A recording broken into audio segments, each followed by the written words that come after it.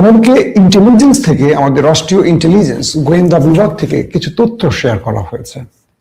বলা হয়েছে যে হাদি তার ইনকিলাব সেন্টার যে তৈরি করেছিল, অর্থাৎ তিনি যেখান থেকে দিল্লি সংস্কৃতির বিরুদ্ধে একটি বাংলাদেশি সংস্কৃতির জন্য যে লড়াইটা শুরু করেছিলেন কালচারাল ভাবে, সেটা অর্থাৎ ইনকিলাব সেন্টারটা অবস্থিত ছিল বাংলা মোটরে। আমি লোকেশনটা একটু বলি। ফ্ল্যাট নম্বর 3A, হাউস নাম্বার 32, এটা হলো Dominion Roshan villa, Mymensingh lane, Bangla motor. বলা হচ্ছে হাদি যে ভবনটিতে তার অফিসটি খুলছিলেন, এটির মালিক ছিলেন একজন হিন্দু ব্যক্তি, নাম পরিমল চন্দ্র দাস। তিনি একটি প্রাইভেট কোম্পানিতে খুব ছোট পদে কাজ করতেন, একটা ব্যাটারি কোম্পানি। হ্যাঁ, তো এই ভলভো ব্যাটারি কোম্পানিতে তিনি কাজ করতেন, অ্যাকাউন্টসে একটা খুব সাধারণ পদে চাকরি করতেন।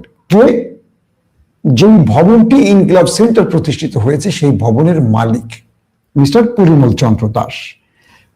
এবং এখানে চাকরিরত, মানে ভলভো ব্যাটারি কোম্পানিতে চাকরিরত অবস্থায় দুর্নীতির দায়ে তার চাকরিটা চলে যায়।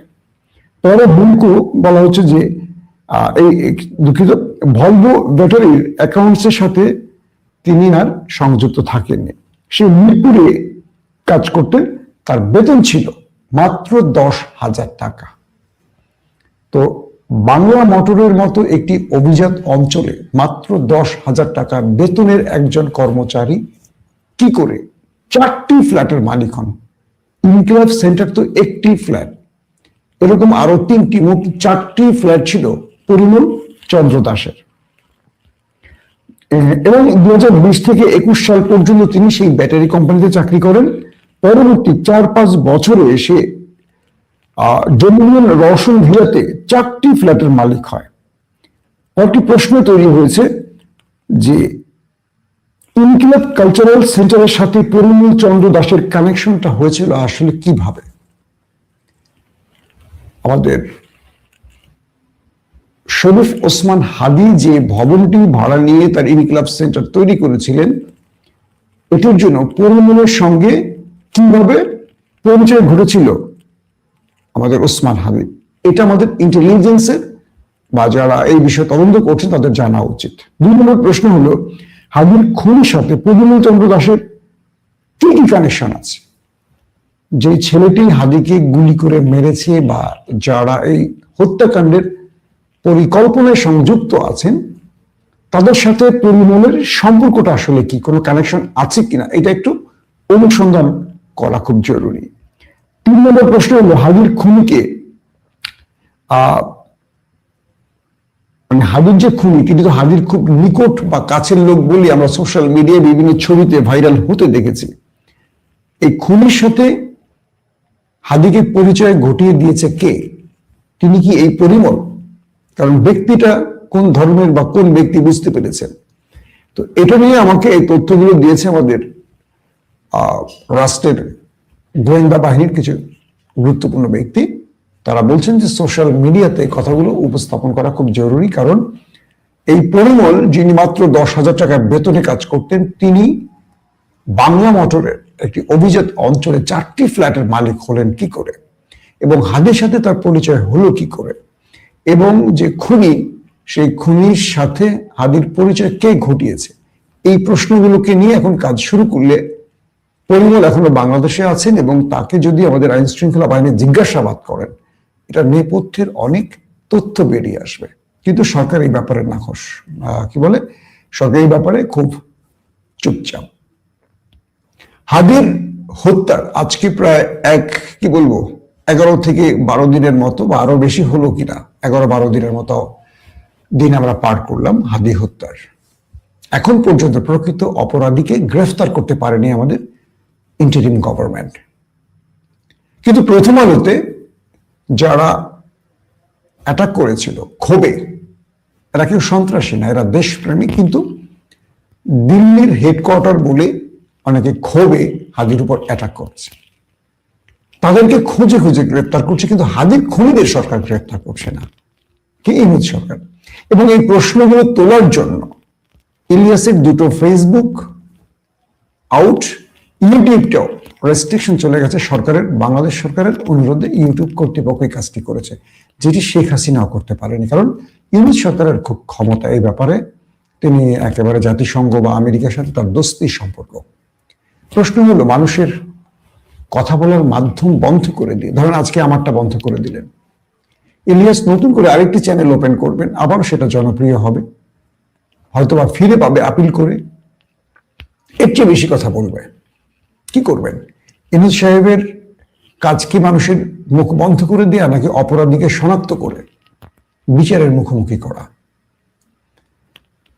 দর্শক, 2000 মানুষের জীবনের বিনিময় যে ইনসাফের বাংলাদেশ গড়ার প্রত্যয় নিয়ে হাদিরা লড়াই করেছিল, সেই হাদি যদি শহীদ হন আর তিনি যদি বলে যান যে আমি যদি মারা যাই আমার বিচারটা কইরেন, সে বিচারটাও যদি আমাদের করার ক্ষমতা না থাকে, তাহলে এমন স্বাধীনতা নিয়ে আমরা কি করব?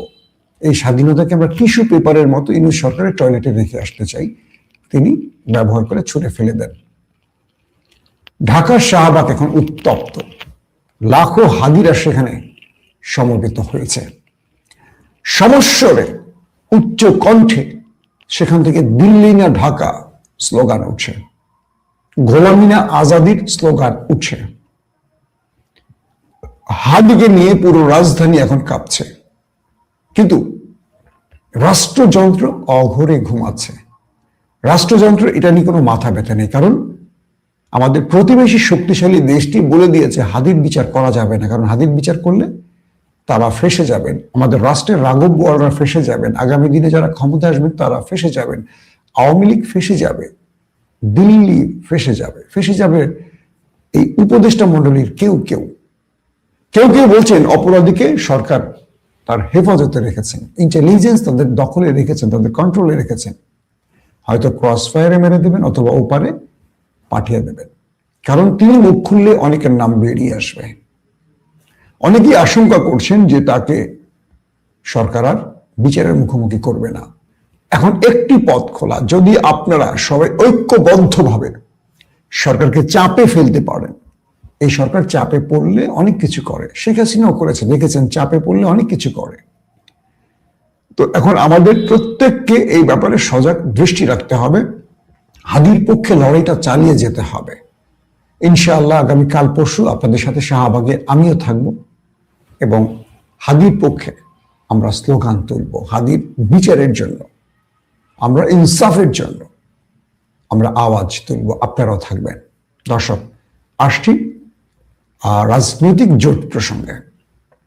জামাত ইসলামকে নিয়ে অনেক রকম আলোচনা চলছে এবং বাংলাদেশে জনাব তারেক রহমান তার স্বদেশ প্রত্যাবর্তনের পর আমরা দেখছি যে জামাত কিছুটা কোণঠাসা অবস্থায় আছে, বিএনপি বেশ ফুরফুরে অবস্থায় আছে এবং তারেক রহমান 300 ফিটে তার বক্তব্য, জনগণের উচ্ছ্বাস, এরপর শহীদ প্রেসিডেন্ট জিয়াউর রহমানের মাজারের জিয়ারত, আমাদের ওসমান হাদির কবর জিয়ারত এবং তার মা বেগম খালেদা জিয়ার সাথে তার সাক্ষাৎ, সবকিছু মিলে বিএনপির মধ্যে একটা ঈদ উৎসব চলছে। দীর্ঘ 17 বছর পর তারেক রহমান বাংলাদেশে এসে মানুষের হৃদয়ের সাথে তিনি মিশে যেতে পেরেছেন। কয়েকটি প্রশ্ন উঠেছে জামাতকে নিয়ে। জামাত তারেক রহমানের এই আগমনে কি অস্বস্তিতে আছে, এরকম প্রশ্ন উঠেছে কয়েকটি জায়গা থেকে।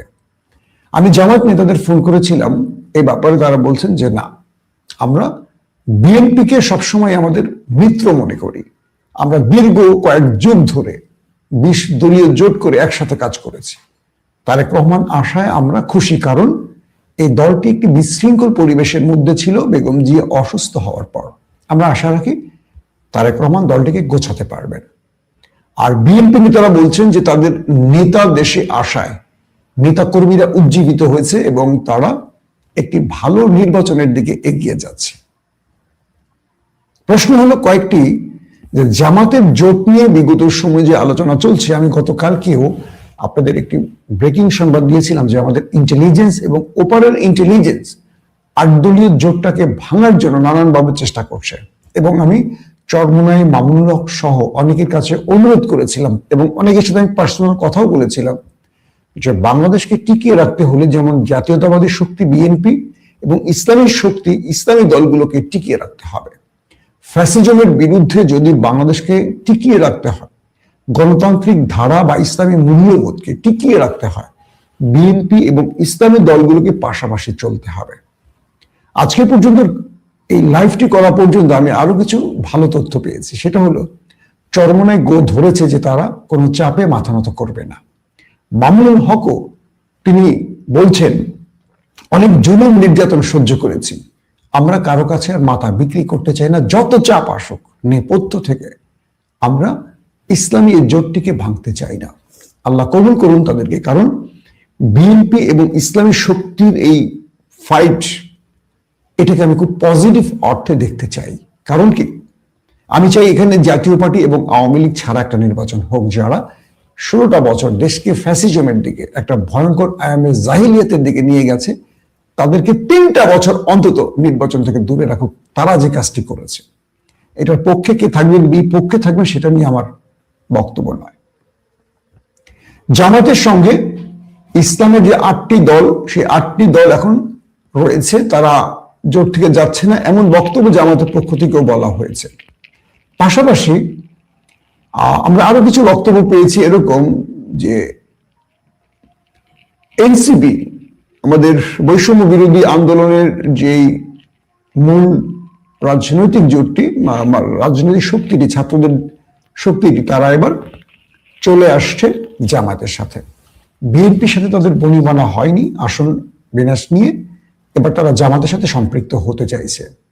বলা হচ্ছে যে এনসিপির 214 সদস্যের যে কেন্দ্রীয় কমিটি, এর মধ্য থেকে 30 জন আপত্তি জানিয়ে চিঠি দিয়েছে এনসিপিকে। অর্থাৎ নাহিদ ইসলাম যখন জামাতের সাথে তারা আলোচনা চালিয়ে যাচ্ছিলেন, 214 সদস্যের যে কমিটি রয়েছে এনসিপি, তাদের মধ্যে ভারত ঘেঁষা, বাম ঘেঁষা বা ধর্মনিরপেক্ষ সেকুলার গ্রুপটি, তারা এনসিপিকে টাটা বাই বাই জানিয়ে দিচ্ছে। তারা বলছে যে জামাতের সাথে তারা গেলে তারা এনসিপির সঙ্গে আর থাকবে না। এরই মধ্যে আলোচিত ডাক্তার তাসনিম জারা, তিনি এনসিপি থেকে বিদায় নিয়েছেন এবং তিনি স্বতন্ত্র নির্বাচনের ঘোষণা দিয়েছেন। প্রশ্ন হল, তাসনিম জারা তিনি জামায়াত ইস্যুতে তার এই অ্যালার্জির কারণটি কি? তার নিকট কয়েকজন বলেছে যে তার উপর চাপ আছে এবং তিনি যে আদর্শ লালন করেন সেটি ইসলামী শক্তির বিপক্ষে। এতদিন যারা তাসনিম জারাকে নিয়ে অশ্লীল ফেসবুকিং করেছেন, যারা তাকে নিয়ে খারাপ পোস্ট করেছেন, হয়তো তারা এখন তাকে বুকে জড়িয়ে নেবেন। কারণ আদর্শিক লড়াইতেই আমরা একে অপরকে ঘায়েল করার চেষ্টা করি। তাসনিম জারাকে আমি উদ্দেশ্য করে বলতে চাই, বাংলাদেশে প্রায় 1 যুগের অধিক সময় ধরে, 1.5 যুগের কাছাকাছি, বাংলাদেশের অন্যতম জনপ্রিয় দল বিএনপি, যারা ইসলামিস্ট এবং ন্যাশনালিস্ট চিন্তাধারা লালন করে, সেই দলটি কিন্তু জামাতের সাথে জোট করেছিল। মধ্যপন্থী দল হিসেবে বিএনপিকে বিবেচনা করা হয় এবং এই আওয়ামী লীগও একসময় জামাতের সাথে বিএনপির বিরুদ্ধে আন্দোলন করেছে, যাদেরকে আমরা ধর্মনিরপেক্ষ বা প্রগতিশীল রাজনৈতিক দল হিসেবে চিনি। কিন্তু এনসিপি কেন জামাতের সাথে জোট করতে পারবে না, এটির একটা ব্যাখ্যা থাকা উচিত। কারণ এই সময় যে 24টি ঘটেছে, বা হাসিনার বিরুদ্ধে বা দিল্লির হেজিমনির বিরুদ্ধে যে লড়াইটা হয়েছে, সেখানে জামাত শিবিরের একটা বড় ভূমিকা ছিল। কিন্তু যেই বিপ্লবের পর তাসনিম জারারা বাংলাদেশে রাজনীতি করতে এসছেন, তারা জামাতের অবদানকে খাটো করে দেখবেন কেন? তিনি তো কোনো ভূমিকা রাখেননি এই দেশের জন্য। প্রবাসে ছিলেন, ভালো ডাক্তারি করেছেন, ভালো আয় করেছেন এবং নতুন বাংলাদেশে এসে তিনি রাজনীতিটা শুরু করেছেন। আমরা খুশি তাসনিম জারার মতো ক্লিন ইমেজের মানুষকে পেয়ে। একজন শিক্ষিত, উন্নত মানসিকতার ব্যক্তি এদেশের রাজনীতিতে আসা খুবই জরুরি। আমাদের বস্তা পচা, নোংরা মানসিকতার, দুর্নীতিগ্রস্ত নেতাদের বিরুদ্ধে নাহিদ, আসিফ, সার্জিস, হাসনাতরা, তাসনিম জারারা, সামান্তারা একটা নতুন বাংলাদেশ গড়বে, সেই প্রত্যয়টা আমাদের ছিল। তাদের বিরুদ্ধে আমরা সমালোচনা করছি, যেটা গঠনমূলক সমালোচনা, থাকতেই হবে। কিন্তু তাসনিম জারা সহ আরো যারা, যে 30 জন বিদায় নিয়েছেন, তাদের উদ্দেশ্যটা আমাদের পজিটিভ মনে হচ্ছে না। আমাকে ইন্টেলিজেন্স টিম থেকে বলা হয়েছে যে তাদের উপর কারো কারো উপর ডিজিএফআই চাপ ছিল। আবার কেউ কেউ এনসিপিতে প্রবেশই করেছিলেন দিল্লির ইশারায়। যখন তারা জামাতের সাথে জোট করছেন তারা বেরিয়ে আসছেন। আরো ক্লিয়ার করে বলি, এনসিপিতে তাদেরকে পুশ করা হয়েছিল। তারা এনসিপিতে থাকবে মূলত ওপারের উদ্দেশ্য হাসিলের জন্য।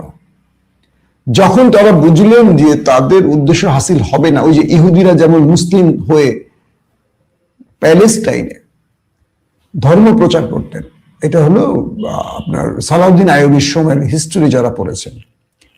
তো বিভিন্ন মসজিদে তারা বক্তব্য দিতেন, মানুষকে তালিম দিতেন। কি তালিম দিতেন?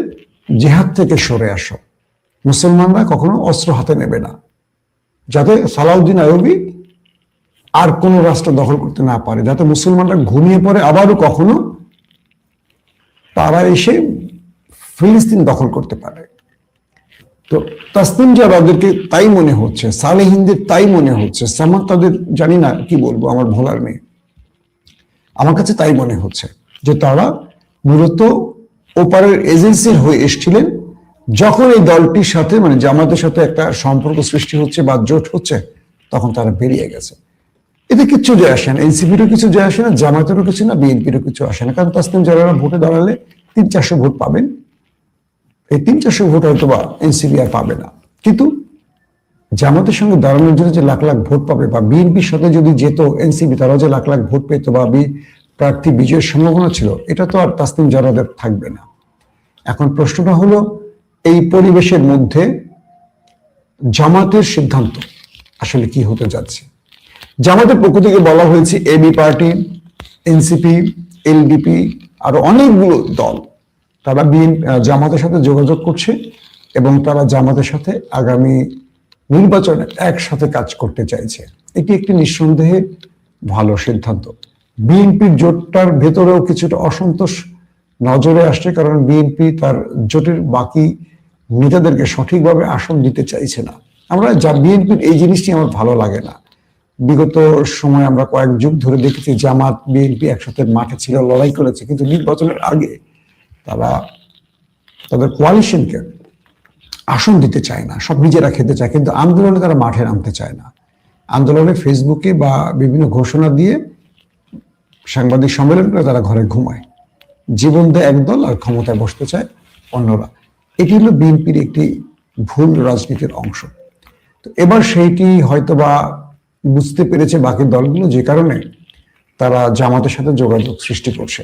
দর্শক, তারপরে যে বিষয়টি, ইসলামের দলের যে 8টি জোট সঙ্গে এবি পার্টি, এনসিপি সহ বাকি যে জোটগুলো রয়েছে, এই জোটে হয়তোবা মাহফুজ বা আসিফকে জামাত নাও নিতে পারবে।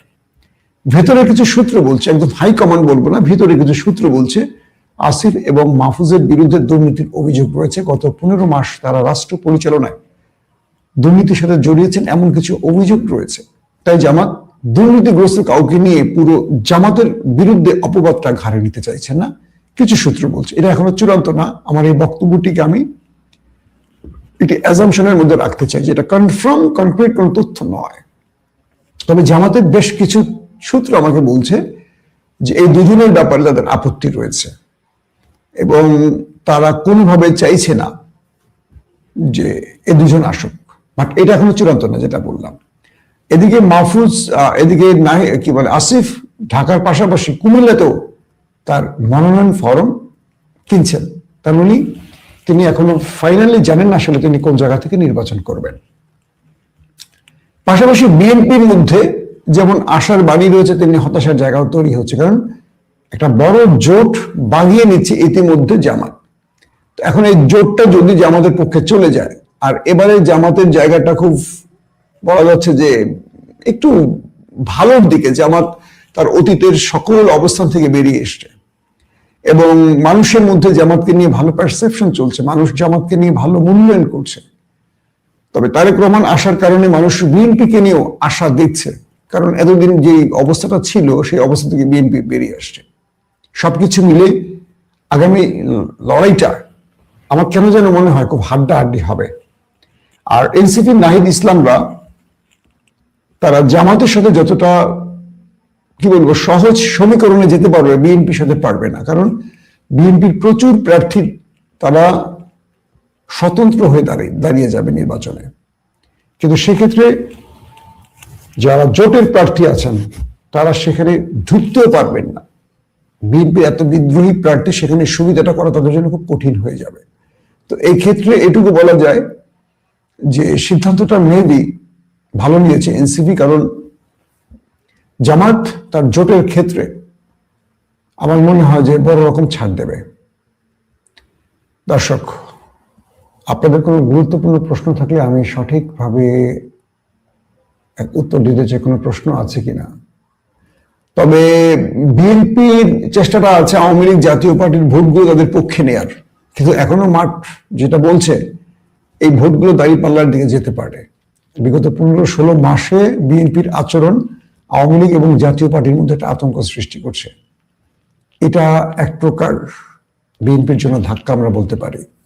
এবং জামাত ইসলাম যে পারফেক্ট রাজনীতিটা করছে, যে চমৎকার গোছানো রাজনীতি করছেন ডক্টর শফিক, তিনি পূর্বের ধ্যান ধারণা থেকে বেরিয়ে তার কি একদনের মতো যে খেলাগুলো খেলছেন এবং অনেক বিদেশিদের পরামর্শ অ্যাকসেপ্ট করে তিনি যে কাজগুলো করছেন, তাতে মনে হচ্ছে আগামী দিনগুলোতে তিনি ভালো কোনো রেজাল্ট আনতে পারেন। এখন তারেক রহমান দেশে থাকার আমাদেরও স্বপ্ন যে বিএনপি অসম্ভব কিছু ভালো কাজ করে আমাদের দেখাতে পারবে, যেটা সালাউদ্দিন কিংবা আমির খসরু কিংবা মির্জা ফখরুল্লাহ দিয়ে আমাদের আশা পূরণ হয়নি। আমরা তাকিয়ে আছি জনাব তারেক রহমানের দিকে, যে এই নির্বাচনটি যেমন সুষ্ঠু হবে, তেমনি আমরা যারা বিগত 3 টার্ম ভোট দিতে পারিনি আমাদের সেই স্বপ্নটাও পূরণ হবে, এবং এমন একটি সরকার প্রতিষ্ঠিত হবে যে সরকারটি স্রেফ বাংলাদেশের সরকার হবে। একদিকে তার রাজনীতিতে একটা প্রশ্ন উঠে গেছে, পাশাপাশি তার নিরাপত্তার প্রশ্নটি এসছে। সরকার কি তারেক রহমানকে ভিআইপি ঘোষণা করে এসএসএফ নিরাপত্তার সুবিধা দেবে? এমনও অনেকে প্রশ্ন করছেন, যেহেতু খালেদা জিয়াকে দেয়া হয়েছে। তবে খালেদা জিয়া যেহেতু দেশে 3 বারের প্রধানমন্ত্রী ছিলেন, তার জন্য আইন একরকম। তবে প্রধানমন্ত্রীর পরিবার সদস্যরা বা এক্স প্রধানমন্ত্রীর পরিবার সদস্যরা কি ধরনের নিরাপত্তা পাবেন সেই ব্যাপারে সরকার এখনো স্পষ্ট বলেননি। তবে সরকার যে বক্তব্যটি দিচ্ছে সেটি হলো তাকে নিরাপত্তা দেওয়া হবে, সেটা এসএসএফ নাকি পুলিশ, র্যাব, সেটা তারা বলেনি।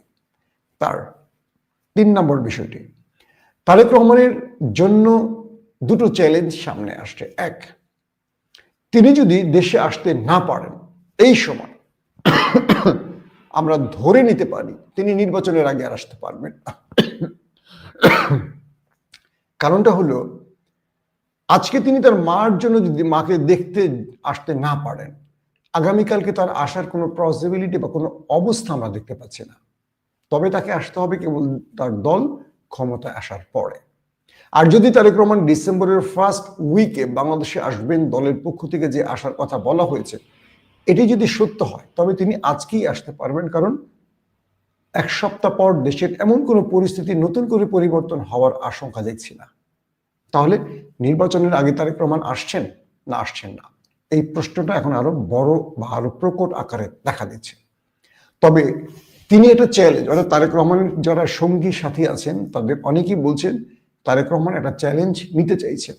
তার জীবনকে তার জীবনের উপর হুমকি থাকার পরও তিনি এই চ্যালেঞ্জটি নিতে চাইছেন এই কারণে, যাতে করে তার মাকে শেষবার তিনি দেখতে পারেন। কারণ তার মায়ের বা বেগম জিয়ার শারীরিক অবস্থা খুব একটা ভালো নেই। তবে আমরা আশা রাখি আল্লাহ তাকে সুস্থ করবেন এবং এই দেশের হাল ধরায় সহযোগিতা করবেন। দ্বিতীয় যে বিষয়টি বিএনপি প্রসঙ্গে, সেটি হলো সাম্প্রতিক কয়েকটি তথ্য আমাদের কাছে এসছে, ইন্টেলিজেন্স তথ্য। আমি সোশ্যাল মিডিয়ার কথা বলছি না, ইন্টেলিজেন্স তথ্য তারা অনেকেই শেয়ার করেন, সেটা পুলিশের গোয়েন্দা বাহিনী, র্যাব বা আদার্স ডিপার্টমেন্টগুলোর। তারা বলছেন বিএনপির একটা গ্রুপ চাইছে নির্বাচন আরো 1 বছর পেছাতে। এতদিন আমরা যে বিএনপিকে দেখেছিলাম যে নির্বাচন তারা চাইছেন দ্রুত, কিন্তু সেই বিএনপির মধ্যে একটা গ্রুপ সাম্প্রতিক বিএনপির জনপ্রিয়তা হ্রাস, পাশাপাশি ইসলামী দলগুলোর উত্থান, বড় বড় সমাবেশ এবং মাস পিপলের কাছে, জনগণের কাছে বিএনপির নেতারা যখন ভোট চাইতে যাচ্ছেন, পরিবেশ পরিস্থিতি তাদের পক্ষে যাচ্ছে না, এমন কিছু তথ্য উঠে এসছে এবং সাম্প্রতিক জরিপগুলো বলছে বিএনপিকে ক্রমান্বয়ে ছাড়াতে শুরু করেছে জামায়াত ইসলাম বা ইসলামী দলগুলো। তো এক্ষেত্রে বিএনপি তাদের ভোট ব্যাংকে আরো দুটো শক্তিকে যোগ করতে চাইছে, একটি আওয়ামী লীগ, একটি জাতীয় পার্টি। ইন্টেলিজেন্স সোর্সগুলো বলছে যে বিএনপির একটা গ্রুপ, আমি বলছি না পুরো বিএনপির একটা গ্রুপ চাইছে নির্বাচন আরো 1 বছর পেছাক। এতে সুবিধাটা হলো যে এই 1 বছরে রিফাইন আওয়ামী লীগকে মাঠে নামাবে, পাশাপাশি জাতীয় পার্টিকে বিএনপি মাঠে নামাবে এবং সেই শক্তিটাকে নিজের পক্ষে নিয়ে ইসলামী দলগুলোকে তারা পরাজিত করতে চায়। প্রশ্ন করবেন এখন, রিফাইন আওয়ামী লীগ বা জাতীয় পার্টি এখন কেন নয়, 1 বছর পর কেন? সাম্প্রতিক রাজনীতির পরিস্থিতি বলে দিচ্ছে এই মুহূর্তে আওয়ামী লীগ মাঠে নামতে পারবে না। পাশাপাশি জাতীয় পার্টির অবস্থা দৃষ্টিতে মনে হচ্ছে তারাও শক্তভাবে মাঠে নামতে পারবে না, কারণ এই সময়টাতে জাতীয় পার্টি কিংবা আওয়ামী লীগ মাঠে নামলে বা যার পক্ষে নামবে তাদের ভরাডুবি হওয়া সুযোগ রয়েছে। আর বিএনপি যেহেতু মাঠে এই দুটো দলের পক্ষে এখন কথা বলার সুযোগ পাচ্ছে না, সেহেতু বিএনপি এই রিফাইন বা জাতীয় পার্টি এদেরকে নিয়ে তার মান গরম করতে পারছে না। তাই তারা আরো 1 বছর সময় চাইছে, যে সময়টিতে তারা ক্রমান্বয়ে আওয়ামী লীগ এবং জাতীয় পার্টিকে তাদের মধ্যে অন্তর্ভুক্ত করে একটা চ্যালেঞ্জিং নির্বাচনে, অর্থাৎ হুমকি যেন থাকে না, পরাজয়ের যেন শঙ্কা না থাকে, এই সুযোগটি তৈরি করতে চাইছে বিএনপি। এমনটিও বলছে ইন্টেলিজেন্স তথ্যগুলো। এই তথ্যটা কতটুকু সঠিক হয়তো আগামী দিনের বলা যাবে, কারণ রাজনীতিতে আমরা অনেক সময় অ্যাজাম্পশন নিয়ে কথা বলি।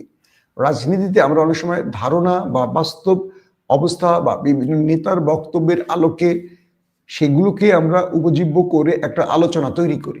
কনক্রিট বলে দিতে পারবো না, না বিএনপি এটা বলছে। আমাকে যে তথ্যগুলো দিয়েছে, ধরেন গোয়েন্দা বাহিনীর ভেতর থেকে তথ্যগুলো আসছে যে এরকম এরকম নাকি চেষ্টা হচ্ছে, সেটা আমি আপনাদের উদ্দেশ্যে তুলে ধরলাম। এখন পুরো বিষয়টি দাঁড়াচ্ছে যে বিএনপি এই মুহূর্তে একদিকে বেগম খালেদা জিয়ার হাসপাতালে তার অবস্থা খবর জানেন, পুরো বাংলাদেশ একটা টেনশনে আছে, তারেক রহমান দেশে ফিরতে পারছেন না, সেই পরিস্থিতি এখনো তৈরি হয়নি এবং সেটি তিনি স্পষ্ট করেছেন। এই মুহূর্তে বিএনপির ভেতরে একটা ভাঙন সৃষ্টি হচ্ছে। ভাঙন বলতে একটা হতাশা তৈরি হচ্ছে। ভাঙন মানে দলটা ভেঙে যাচ্ছে না। এবং সোশ্যাল মিডিয়াগুলোতে অনেক নিউজ ব্লগিংয়ে বলা হচ্ছে তারেক রহমান যদি দেশে আসতে না পারেন প্রধানমন্ত্রী হবেন কে, সালাউদ্দিন আহমেদ নাকি জাইমা রহমান? তবে কিছু কিছু সূত্র বলছে জিয়া পরিবার কি পুরো মাইনাস করে ফেলতে চায় অদৃশ্য শক্তি, তাহলে সালাউদ্দিন আহমেদ। তার মানে সালাউদ্দিন আহমেদকে ভারতের শিলংয়ে এত বছর রেখে তাকে কি তৈরি করা হয়েছে যে অভিযোগ উঠে এসছে সে অভিযোগ সত্য হতে যাচ্ছে, নাকি অন্য কিছু? আমি বলছি না সালাউদ্দিন আহমেদ ভারতের তাবেদার, বলছি এই অভিযোগ যারা করছেন সেটা কি সত্য হতে যাচ্ছে? এই মুহূর্তের দলের প্রধান, যিনি আমরা বাংলাদেশের প্রধান বলতে পারি, মহাসচিব, তার চেয়েও বড় ভূমিকা পালন করছেন সালাউদ্দিন আহমেদ।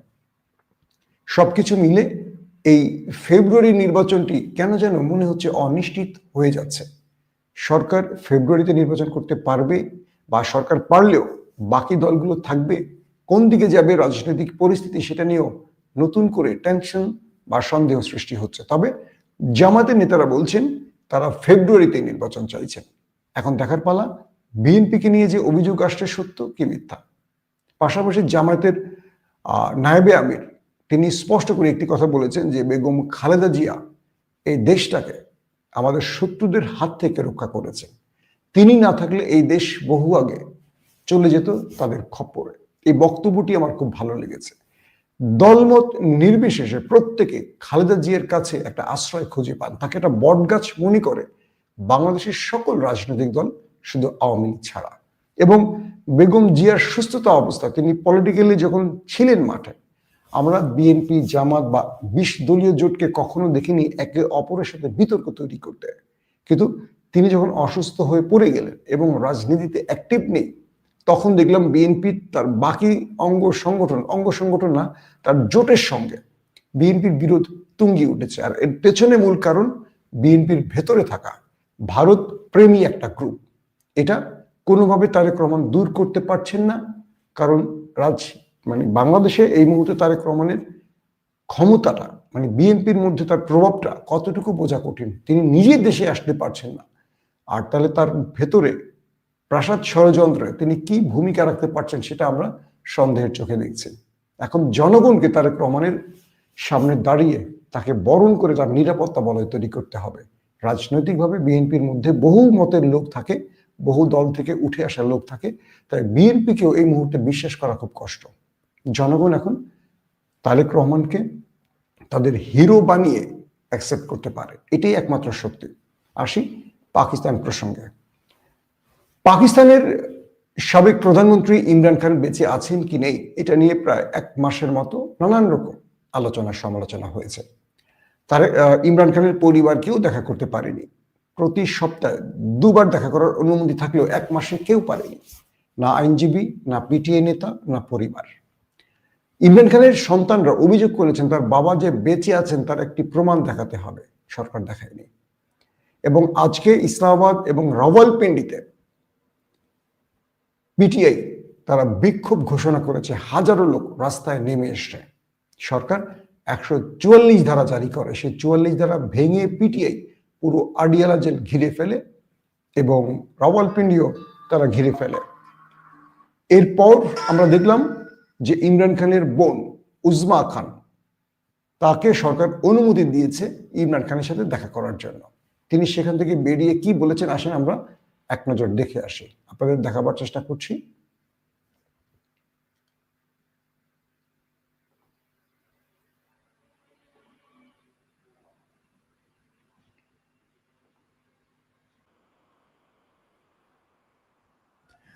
ইমরান খানের বোন উজমা খান বললেন ইমরান খানের সাথে আজকে তিনি দেখা করেছেন, আলহামদুলিল্লাহ তিনি ভালো আছেন, তবে শারীরিকভাবে চেয়েও তিনি মানসিকভাবে বেশি অসুস্থ হয়ে পড়েছেন। তাকে একটা রুমের মধ্যে আটকে রাখা হয়েছে, তাকে সেখান থেকে খুব একটা বের হতে দিচ্ছে না।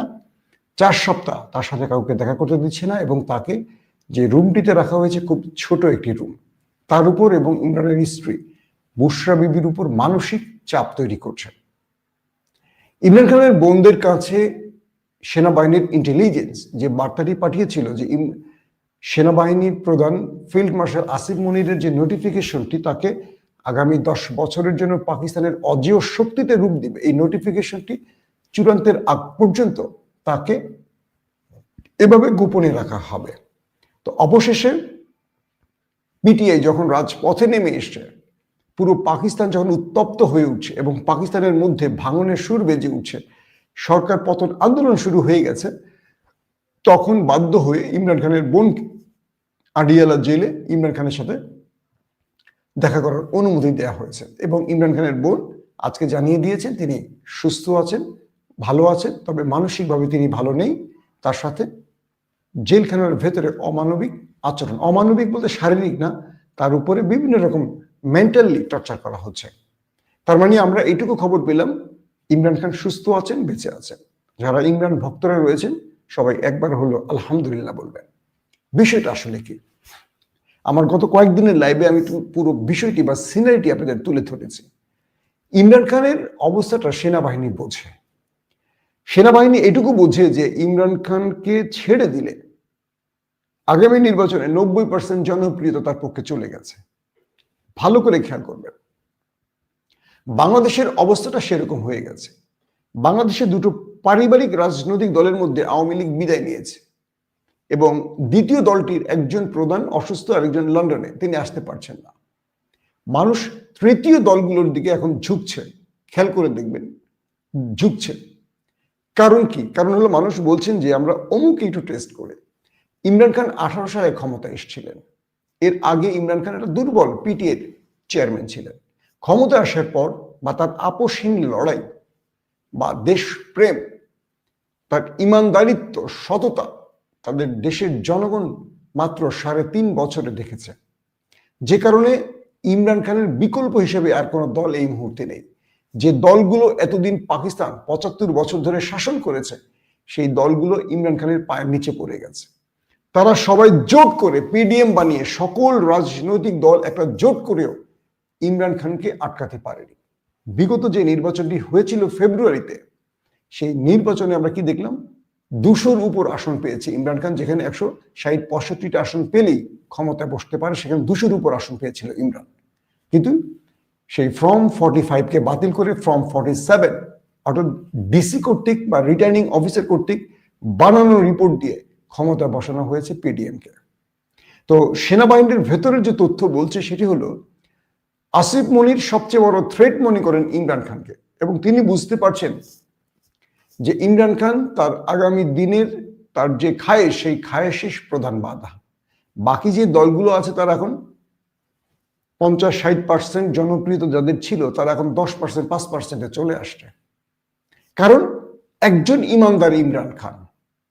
বাংলাদেশের পরিপ্রেক্ষিত একই বিষয়, যদি বিএনপি আওয়ামী লীগের বাইরে তৃতীয় কেউ ক্ষমতা এসে একবার তাদের অবস্থাটা প্রমাণ দিতে পারে, কারণ এই দুটো দলের বাইরে এরশাদ ছাড়া কেউ ক্ষমতা আসেনি, তাহলে কি হবে? যেমন ডাকসু নিয়ে বিএনপি বা ছাত্র দলের আলোচনাগুলো দেখবেন, কেন সাদিক কায়েম মামলা করলেন, কেন এটা করলেন, মানে ছাত্রদল বা বিএনপি ধরাটা খাচ্ছে কোথায়? ধরাটা খাচ্ছে তারা ন্যায্য বিষয়গুলোতে সমালোচনা করছে, কারণ তারা দেখছে যে শিবির এমন ভাবে এগিয়ে চলছে, কোনো ফাঁক ফোকর রাখছে না, এবং এই অল্প সময়ের মধ্যে এমন কিছু শিবির প্রত্যেকটা বিশ্ববিদ্যালয় যেখানে জিতেছে, তারা দেখানোর মতো, তারা ছাত্রদের মন জয় করার মতো কাজ, যেটা কখনো বাংলাদেশ, স্বাধীন বাংলাদেশে কেউ করতে পারেনি, তারা এটা করে ফেলছে। এখন সমালোচনা করবে কি? একজন নেশাখোরকে ধরে লাঠি দিয়ে তাড়াচ্ছে, সেটা ফেসবুকে পোস্ট করছে একজন দাড়িয়ালা মুরব্বী, সেজন্য মসজিদের ইমাম, দেখা গেল তিনি ড্রাগ নেন, সিরিঞ্জ দিয়ে তিনি নিজের শরীরে ড্রাগ নেন এবং অন্যকে ড্রাগ বিক্রি করেন। সেই ড্রাগ আলার পক্ষে নেমে গেছে কেনা এই কি বলবো বিএনপি বা বাম সংগঠনগুলো। তো প্রত্যেকটা ক্ষেত্রে সমালোচনা করার আগে একবার বুঝবেন যে মানুষের সেন্টিমেন্ট আসলে কোন দিকে যায়। তো এই মুহূর্তে যেটা বোঝা যাচ্ছে যে বাংলাদেশের মতোই পাকিস্তানের ক্ষেত্রে দুই পারিবারিক রাজনৈতিক দলের উপর একটা থ্রেট হয়ে গেলেন ইমরান খান। আর ইমরানকে সেনাবাহিনী আটকাতে পারছিল না, কেন? বাকি দলগুলোকে আটকানো সেনাবাহিনীর জন্য সহজ ছিল, কারণ প্রত্যেকটা দল করছে দুর্নীতি। পিপলস পার্টি বলি আর মুসলিম লীগ নুন বলি, অর্থাৎ বেলোয়াল ভুট্টোর দল বলি আর কি বলে নওয়াজ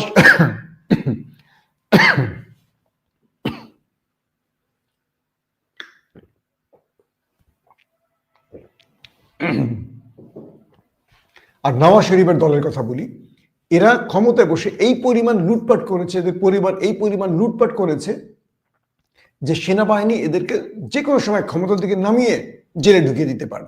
কিন্তু ইমরান খান তার 3.5 বছরে একটি টাকার দুর্নীতি করছে এমন প্রমাণ কেউ পায়নি। 200 মামলা হয়েছে, কিন্তু সব ফেক মামলা, এগুলো আদালতে গিয়ে একটা টিকে না। তো সেই কারণে সেনাবাহিনী ভয় পায়। আর দ্বিতীয় কারণ, ইমরানের জনপ্রিয়তা এই মুহূর্তে পাকিস্তানের 90%-এ চলে গেছে। এখন ইমরানকে বাঁচিয়ে রাখা তাদের জন্য যেমন থ্রেট, জেলে রাখাও থ্রেট। তাই সেনাবাহিনী ইমরানকে নিয়ে অনেক রকম এক্সপেরিমেন্ট করছে। শেষ পর্যন্ত সেই এক্সপেরিমেন্টের পরে আমরা কি দেখলাম? পিটিআই নেতা কর্মীদের যখন আজকে বিক্ষোভ মিছিল ব্যাপকভাবে নেমেছে, 144 যারা ভেঙে তারা রাজপথে নেমেছে, তখন বাধ্য হয়ে ইমরান খানের বোনকে অনুমতি দিয়েছে ইমরান খানের সাথে দেখা করার জন্য। একটা বিষয় মনে রাখতে হবে, রাজনীতির খেলাগুলো পাল্টে গেছে। বিএনপি এবং আওয়ামী লীগের উদ্দেশ্যে বলবো, মানুষকে আর আসলে বোকা বানানো যাবে না, আর বোকা বানানো যাবে না। আপনারা যারা বিগত সময়ে রাজনীতি করেছেন সেই ধ্যান ধারণা থেকে বেরিয়ে আসেন। এখন মানুষ রুল অফ ল চায়, ইনসাফ চায়, মানুষ তার অধিকার বুঝে নিতে চায়। মানুষ ওই নেতার আন্ডারে মিছিল করবে, ওই নেতার পেছনে চামচামি করবে, আর দিন শেষে একটা ঠিকাদারি পাবে, এটা আর চায় না। এটা আছে প্রত্যেকটা এমপি যারা প্রার্থী হবেন আওয়ামী লীগ বিএনপি বা এদের, দেখবেন যে এরা কিছু 10 জন 20 জন 30 জন করে চামচা পালে। এদের নেতা জিতলে এরা টেন্ডারবাজি করবেন, দখলদারিত্ব করবেন, এটা করবেন বা এটা বিগত সময় করছেন। এরা মূলত লাফালাফি করে, কিন্তু যারা ভোটার তারা দেখতে চান কি এলাকার শান্তি, তারা দেখতে চান কি আমার চাকরিটা হবে বিনা ঘুষে, আমার চাকরিটা হবে বিনা হেলোতে, আমার যোগ্যতার আলোকে। আগামী প্রজন্ম এই প্রত্নতাত্ত্বিক রাজনীতি বা এই পারিবারিক রাজনীতির বাইরে এমনটা স্বাধীন রাজনীতি চান, যেখানে ওয়েস্টার্ন কান্ট্রির মতো জনগণ তার অধিকারের ক্ষেত্রে কোনো রাজনীতির থ্রেটের মধ্যে যেন না পড়ে। অমুক নেতা এসে বাড়ি দখল করবে, অমুক নেতা এসে মেয়ে তুলে নিয়ে চলে যাবে, অমুক নেতা ব্যবসা বাণিজ্য দিয়ে থাবা দিয়ে বলবে দে চাঁদা, এইটা আর দেশের মানুষ চায় না। এবার নির্বাচনে এটার বিরুদ্ধে জনগণ একটা বড় চ্যালেঞ্জ হিসেবে দাঁড়াবে। এটা এখনই বড় দলগুলোর বুঝতে হবে। আর জামাতের জন্য একটা মেসেজ, জামাতের বহু নেতা আছেন, তারা ধরে নিয়েছেন ক্ষমতায় আসছেন, তাদের চরিত্রের আচরণে একটা মানে ক্ষমতাসীন ব্যাপার তৈরি হয়েছে। তারা এখন অনেককে তোয়াক্কা করতে চান না। জনগণ যে কাউকে রাজপথ মানে রাজপ্রাসাদ থেকে রাস্তায় নামিয়ে দিতে পারে, শেখ হাসিনার মতো। জামায়াত ইসলামিক দল হিসেবে তাদের কাছে আমাদের অনেক প্রত্যাশা, তারা যদি ক্ষমতায় কখনো আসে ভালো কিছু করবে। কিন্তু তাদের নেতাদের মধ্যে অনেক আচরণ আমাদের ভালো লাগছে না। ইসলামের নাম দিয়ে যদি ইসলামকে সঠিকভাবে ধারণই করতে না পারলো জামায়াত ইসলাম, তাহলে এমন জামায়াত ইসলামকে আমরাও ক্ষমতায় দেখতে চাই না। তবে আমরা চাই বিকল্প কিছু হোক, যেটা বাংলাদেশের জন্য কল্যাণের হবে। আল্লাহ হাফেজ।